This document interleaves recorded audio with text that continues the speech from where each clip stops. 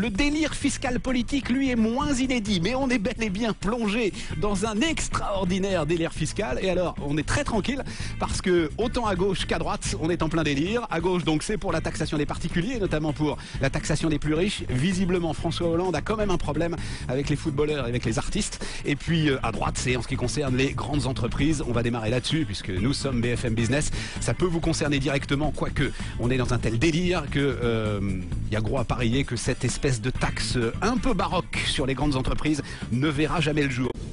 La difficulté, c'est que la France a signé une convention fiscale avec tous les pays de l'OCDE. Or, ces conventions prévoient le concept d'établissement, c'est-à-dire que les profits sont taxés localement. Autrement dit, la filiale irlandaise d'un groupe français est taxée en Irlande et non pas en France. Cette notion de droit fiscal international est supérieure à la loi française. La solution trouvée à Bercy, c'est de contourner l'impôt sur les sociétés en créant un nouvel impôt qui est adossé non pas aux bénéfices des entreprises, mais à leur chiffre d'affaires mondial. Par ce biais, un peu comme la taxe Tobin sur les transactions financières que la France veut appliquer unilatéralement, l'État pourrait échapper à la contrainte des conventions fiscales. Maintenant, même si Bercy semble avoir blindé son projet, les grands groupes ont des fiscalistes très pointus. L'un d'eux nous confie qu'il est prêt à monter au créneau et trouver la faille pour invalider cette future taxe. Vous vous rendez compte, taxer sur le chiffre d'affaires, enfin évidemment vous le savez tous, vous écoutez BFM, on peut faire un chiffre d'affaires colossal et perdre de l'argent. Un premier point. Deuxième point, c'est le seuil de capitalisation boursière.